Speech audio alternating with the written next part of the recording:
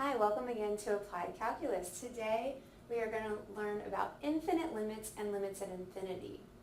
So we have a graph. You can see I have a similar setup to what we did when we were first learning limits.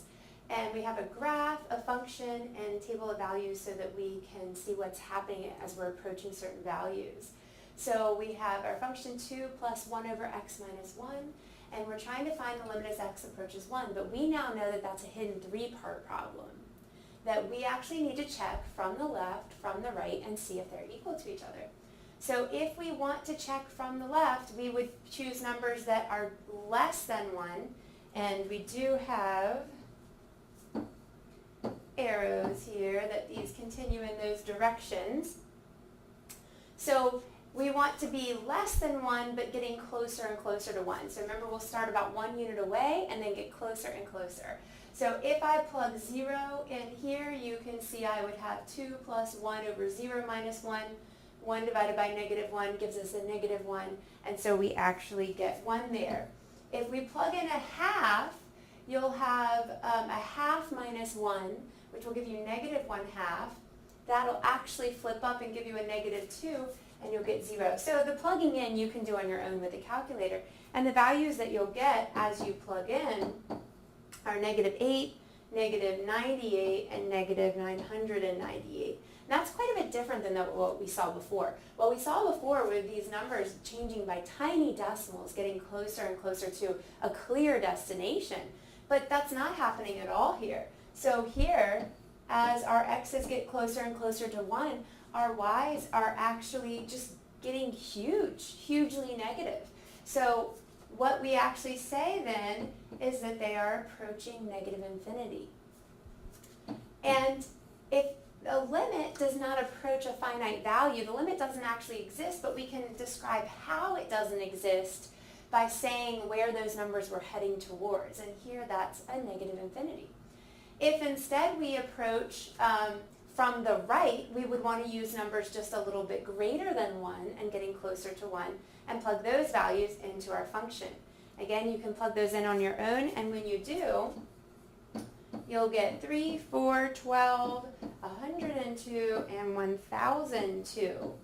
And similarly, while our x's are clearly heading towards 1, our y's are not just, by small decimals changing and getting closer and closer to one value. Rather, they're getting very large. And if I plugged in 1.00001, I'd get an even huger number, a 1 and more zeros and a 2 at the end. And so this is actually shooting up towards positive infinity.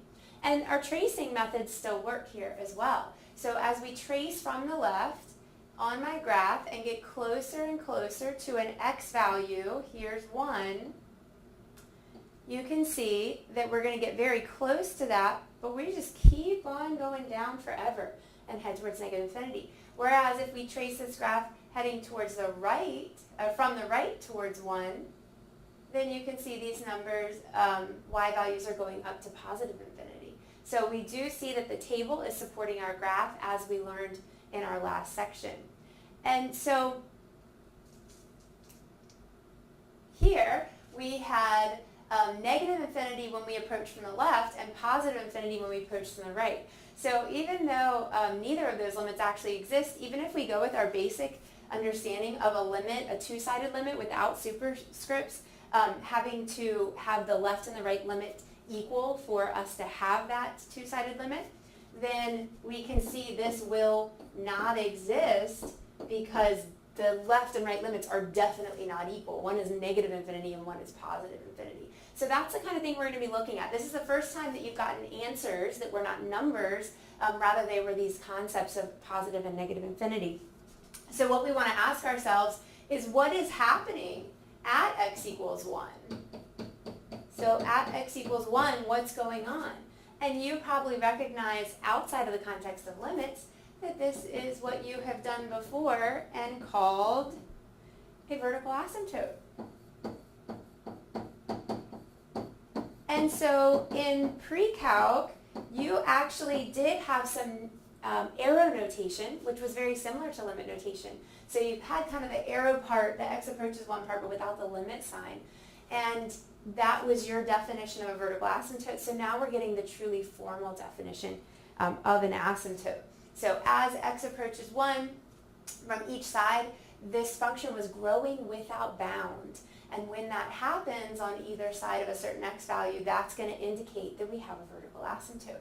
All right, so here is the formal definition there of a vertical asymptote. So a vertical line x equals a is a vertical asymptote if your function value, your y values, approach either infinity or negative infinity as you approach a from either the left or the right.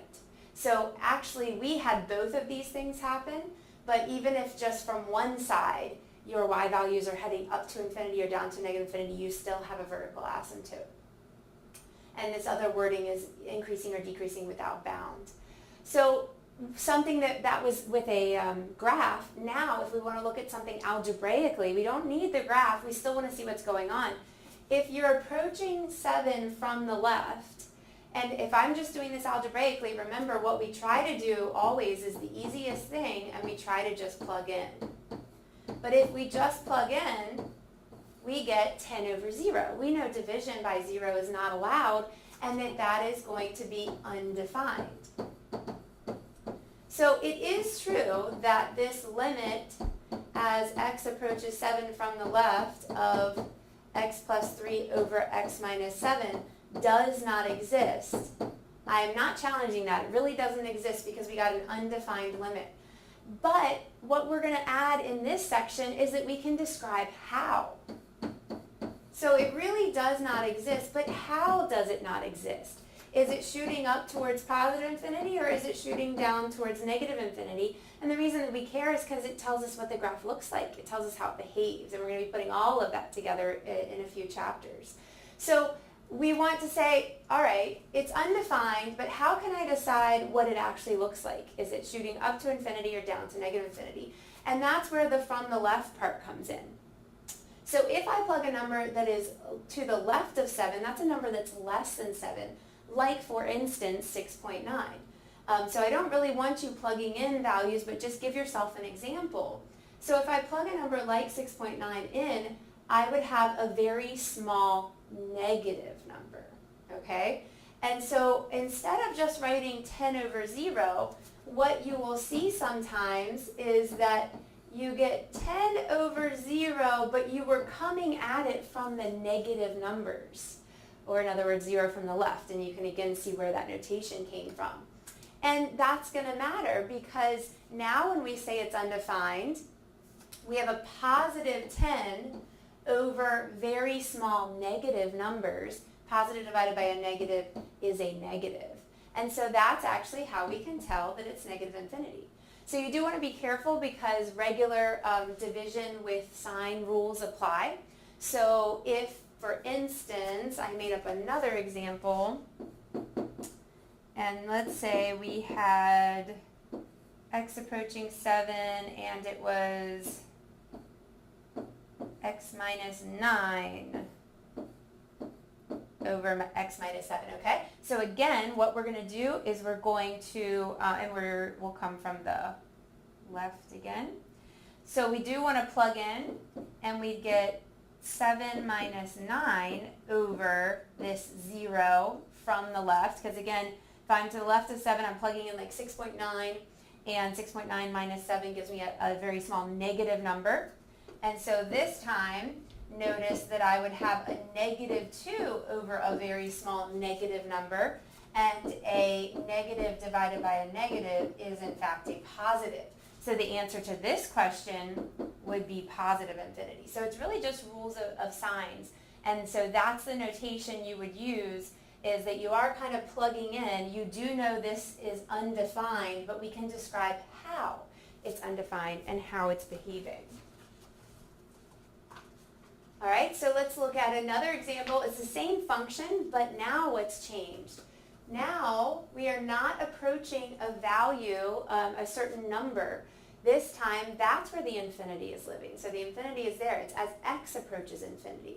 Well, how do you do that in a table? That's kind of strange. So I can do the same idea of plugging in values, It's just that instead of them getting closer and closer to a certain number, I want them to get huge. So I want to plug in bigger and bigger numbers so that we're heading towards infinity.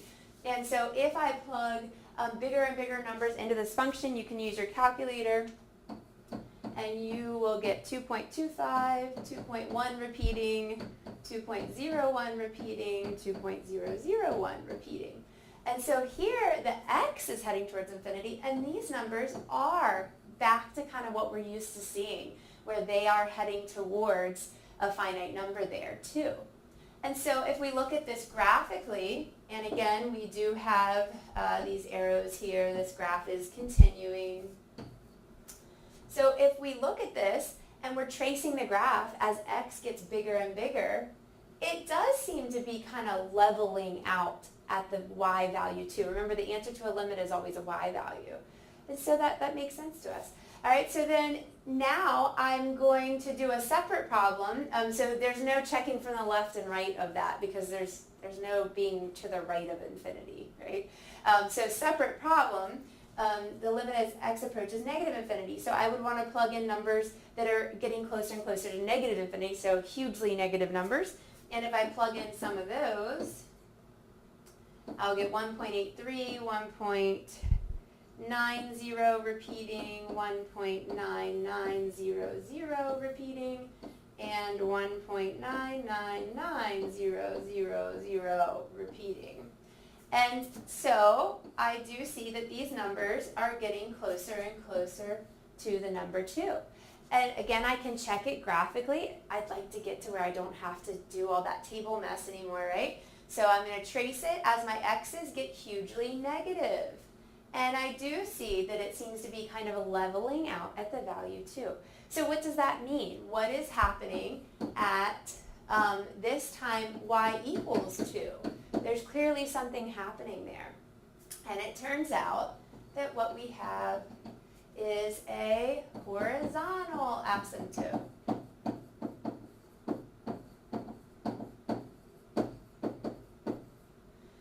And the equation of that horizontal asymptote is the line y equals 2. So we can now look at a graph, and when we notice those horizontal and vertical asymptotes that we've been doing for years, we actually know there's some limits that we can talk about with regards to those. Here, a limit as x approaches infinity or an x approaches negative infinity. So if we get to the formal definition of a rational function is that as if your x's are heading towards infinity or negative infinity and your y's are leveling out to a certain value, then that's when you have a horizontal asymptote.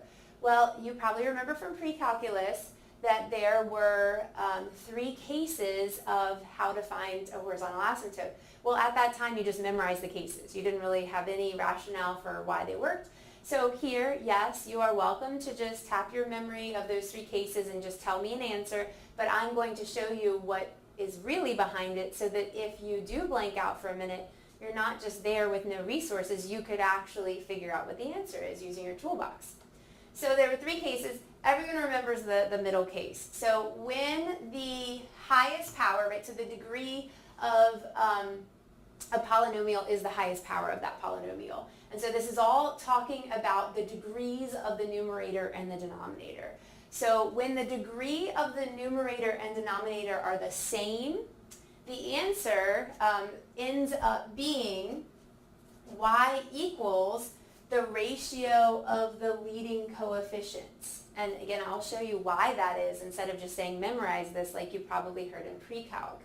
That's the case most people remember. The problem then is that we mix up the other 2 because we feel like it's just a shot in the dark between which one it is. But I'll show you how to actually find which one it is. So here, m's were used for the numerator. So if the degree of the bottom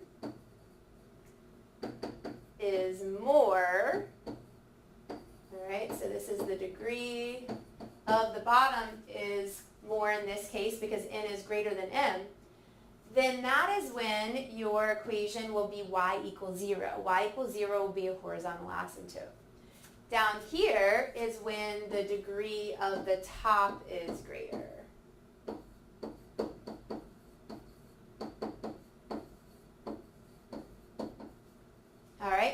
degree of the top is greater, that's actually when you're not going to have a horizontal asymptote at all. Now in pre-calculus you went into another little subcategory that if the degree of the top was exactly 1 more than the degree of the bottom, then you would have a slant asymptote. We are not going to get into slant asymptotes. You're welcome. So we really do just have 3 cases. The one that everybody always remembers, if the degrees are the same, the highest power of the numerator and the denominator is the same, then the equation is y equals just the coefficient in front of that highest power of the top over the bottom. Then the other 2 cases are the ones that we have to be more careful with. So if the degree of the bottom is greater, that's y equals 0. If the degree of the top is greater, that is when you do not have a horizontal asymptote. So how can we evaluate a limit at infinity? And so what we're going to see is that taking a limit as x approaches infinity of a function is a way to find its horizontal asymptote. So how can we actually evaluate this and not just be using that memorization of those 3 cases? What we're going to do is divide both the numerator and the denominator by the highest power of the denominator. Let's see, highest powered term, let's say, of the denominator, and simplify.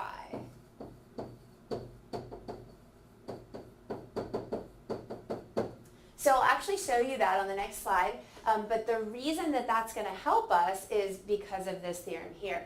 So if I have x to a power in a numerator, and any constant, you can start thinking of it as 1, but actually any constant is small in comparison to infinity. So any constant on top, if I plug either positive or negative infinity, I have 1 over a huge number. So if you type 1 over a million in your calculator, or even something bigger, you're going to get a very tiny number. You're dividing 1 up into a million pieces. So you're going to have 0.0000, right? Lots of zeros before your 1. And it's going to be a very small number that is close to 0. Well, remember, a limit talks about what are you heading towards, and what you're heading towards is 0. And that's the case whether you plug in positive or negative infinity. Whereas, if you multiply a number by infinity, then it's going to still be infinity, right? Like when you used to argue with your little brother or sister and say, you know, infinity plus infinity, infinity times infinity, right? You're just going to get a bigger and bigger number. So those are going to be the key, because by dividing, we're going to get some terms that look like this, and we're going to be able to zero out those terms and figure out what the rest is. So let's look at what one looks like. So we look at the degree of the denominator, and the highest power we see is that 5, that x to the 5th. So what we're going to do is we're really dividing numerator and denominator by the highest power of the denominator. And the reason this is all okay is because that's just a really weird looking version of 1. Right? 1 over x to the 5th over 1 over x to the 5th is just a version of 1. And so you don't have to show quite this many steps, but I will the first time. What we end up having is 2x to the 4th. So I need to distribute now this 1 over x to the 5th to every single piece. That's what we're doing here, because you multiply numerators and you multiply denominators when you multiply fractions. So we have 2x to the 4th over x to the 5th minus 3x squared over x to the 5th over 5x to the 5th over x to the 5th plus 8 over x to the 5th, okay? And we know from all our limit laws, we could write the limit with the top and the bottom, write the limit with each piece, but we don't need to do all of that, okay? We know that it's going to break down to taking the limit of each one, but let's simplify them first. So we have the limit as x approaches infinity of 2 over x when we simplify the first term, minus 3 over x squared when we simplify the second term. Down here, the x to the 5ths cancel and we get a 5, and in our last term in the denominator, we get 8 over x to the 5th.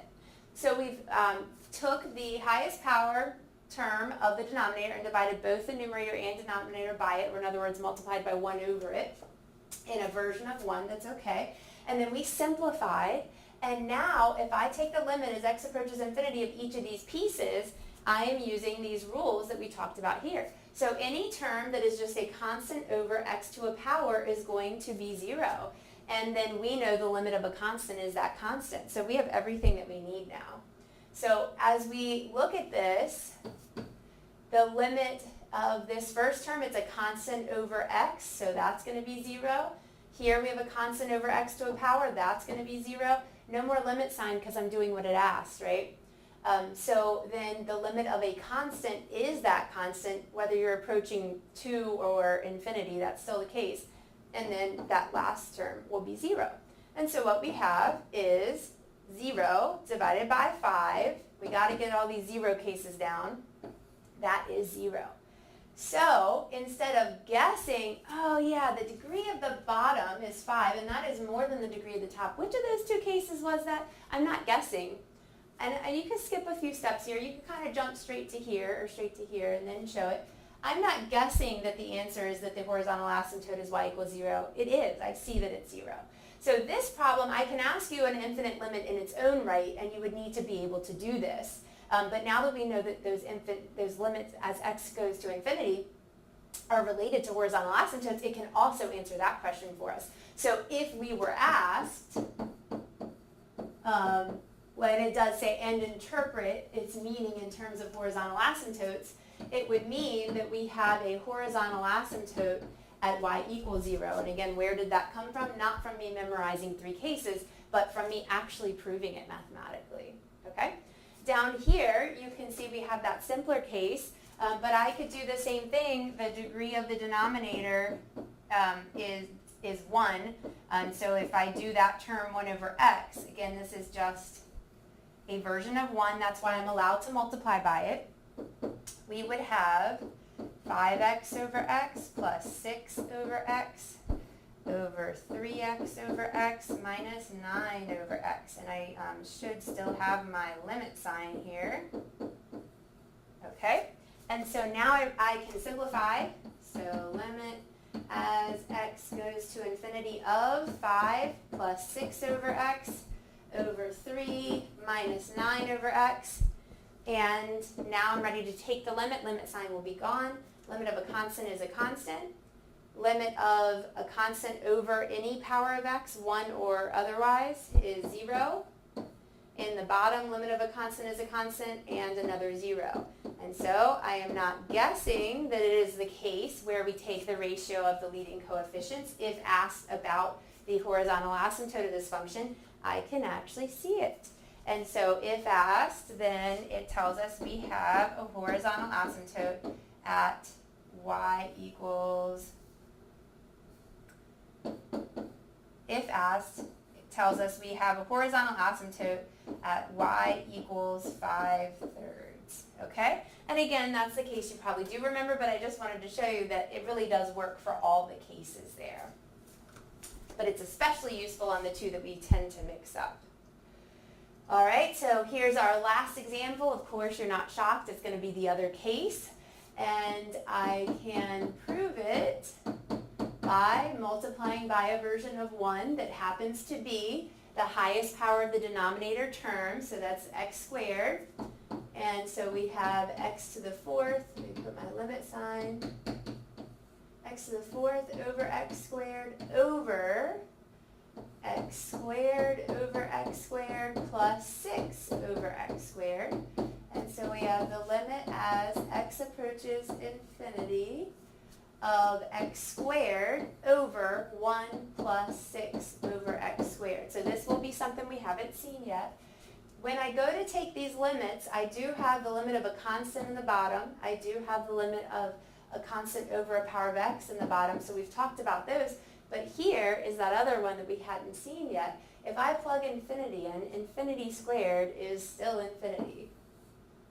And so what I have is infinity over 1, which is just infinity, okay? And so if we're just asked to find the limit as x goes to infinity, this is the answer. But if we're also asked, as we are here, to talk about horizontal asymptotes, then that one, when I didn't get a nice number, right? So in one of the examples I got 0, and one of the examples I got 5/3, those ended up being the equations of those horizontal asymptotes. Here I got infinity, and that's our indicator that we have no horizontal asymptote, okay? So if you divide top and bottom by the highest power of the bottom and simplify, and then use this idea of what happens when you plug in a very large number to take the limit, you will get the equation y equals the number answer if you get a number answer, or if you get infinity, which doesn't seem to really make sense in terms of an equation, that is the indicator that there will be no horizontal asymptote. So again, if I am asking you for the limit as x approaches infinity in its own right, you do need to be able to do this and show me that work. If I am asking you just for an equation of a horizontal asymptote and you happen to have those 3 cases memorized, you are welcome just to say horizontal asymptote none, or that the horizontal asymptote is y equals 0 depending on the problem. Okay? All right, so then here we're just kind of doing a review, again taking it out of the context of the limits and just finding the vertical and horizontal asymptotes. The order that you find them in doesn't matter as long as you answer the whole question. So for horizontal asymptotes, since that's the one we just talked about, notice here the degree of the numerator is 2, the degree of the denominator is 2, and so that's the case where the degrees are equal, and the answer then is y equals the ratio of the leading coefficients. There's a hidden 1 here, and so y equals 5/1, or in other words, y equals 5. So do notice that this is an equation. A lot of times students will just tell me 5. It is not just like the spot 5, it is the line y equals 5, and it's important that you tell me it's y equals 5, because if not, you could think it's x equals 5. So I always in my directions on tests put in bold or caps or something. Remember, it's an equation, so I am giving you 1 point for the fact that you know it's y equals, and 1 point for the fact that you figured out that it was 5. Okay, now moving on to the vertical asymptotes. How do we find vertical asymptotes? Well, the vertical asymptotes are places caused by domain issues, and here the division by 0. So for a vertical asymptote, we do need to make sure nothing cancels between the numerator and the denominator, but then we're just setting the denominator equal to 0. So first we need to factor everything just in case something does cancel with the numerator. So this actually does factor. I don't know that it'll end up canceling, but it does factor. So I have 5x and x are the only ways that can break down, and 5 and 1 are the only ways this can break down, but where I put the 5 and the 1 matters, right, to get the 26 in the middle. And if I'm going to multiply to a positive but add to a negative, both of these must be negative. And I actually want to get up to high numbers like 26, so I'm going to need my big number to get grouped with that big number. So I get negative 25 and then a negative 1, that will give me the negative 26. So please take the couple seconds to, at least in your head, FOIL this back out and make sure it is what you started with, because a lot of times a simple factoring error is what makes a calculus problem hard, because now you think I've given you terrible numbers when I actually hadn't if you had factored it right. So we factored the numerator, now we're factoring the denominator, and let's see if we do x minus 5, x plus 2, that should do it. So just to check, x squared minus 5x plus 2x does give me a negative 3x, and negative 5 times 2 does give me a negative 10. So it turns out that something does cancel here. And so what cancels here is this x minus 5 factor. And again, I'm not going to use the numerator otherwise to answer this, but if there is a common factor in the numerator and the denominator, it is not the location of a vertical asymptote, it is actually the location of a hole. So I'm not asking you to find the holes here, but you have to know that it is not a vertical asymptote. So whatever makes a factor that cancels between the numerator and denominator 0, that is the location of a hole. So we actually have a hole at x equals 5, because that's what I would get if I set x minus 5 equal to 0 there. And so that's not going to be the location of a vertical asymptote. Then, once simplified, I set the denominator equal to 0. All right, so that means all I have left to set equal to 0 is the x plus 2 term, and so I have a vertical asymptote at x equals negative 2. All right, so that's just a review about this. Again, it is, a lot of times we kind of memorize the short version. Oh, to find the vertical asymptote, set the denominator equal to 0. Yeah, except if something canceled with the numerator, you do have to consider that first. So what textbooks say is once it's in lowest terms, and that's what we were doing here. So we were canceling. I didn't ask you that there was a hole there, but just so you know, that's what's happening, and it is not a vertical asymptote at x equals 5. Only once we've simplified and gotten it to lowest terms do we set the bottom equal to 0, and here our vertical asymptote is negative 2. All right, let's look, and it's x equals negative 2. It's an equation, right? And just writing negative 2 would not let me know that you know it's a line and that you know it's not y equals, right? It is specifically x equals. All right, we're going to give one more example. We're again trying to find the vertical and horizontal asymptotes. Here we see that the degree of the numerator is greater than the degree of the denominator. Okay, well that's not that equal case. That's one of those two other cases. If you don't remember which one it is, or if you're not 100% sure, we now know how to find this. So remember that we can evaluate the limit as x approaches infinity of this function. Well, when we evaluate the limit as x approaches infinity, we're trying to plug in. If we try to plug in, we would get infinity over infinity. And infinity over infinity actually turns out to be another indeterminate form, like 0 over 0. And when we had an indeterminate form, we said that's not a final answer, that indicated that we should use algebra. And so that's actually why we talked about that approach, where we multiply by a version of 1,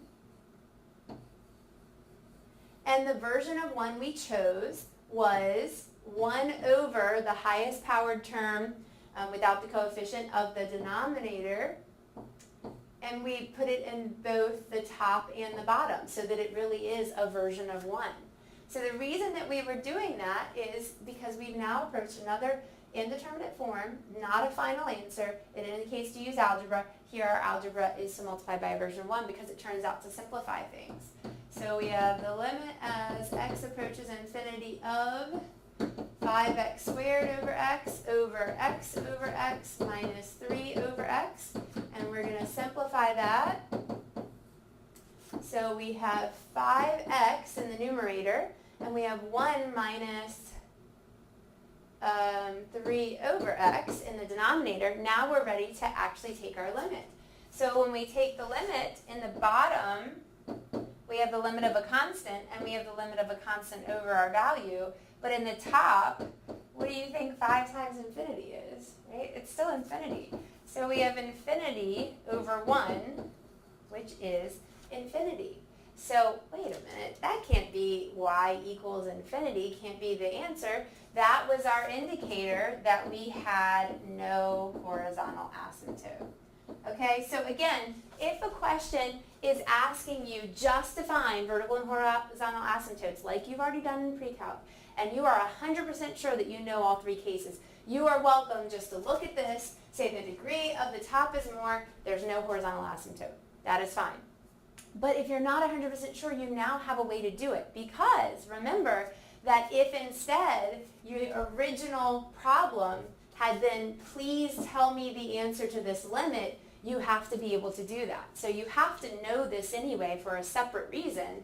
And so if you're not 100% sure, you could take the time to multiply by this version of 1 that involves the highest power of the denominator, and then you'll know for sure what the answer is and get it right. So in this section, you are doing some limits as x approaches infinity, some limits as x approaches a number from the left or the right, and the answer ends up being infinity or negative infinity. So it still doesn't exist, but that helps describe how, and so what it looks like.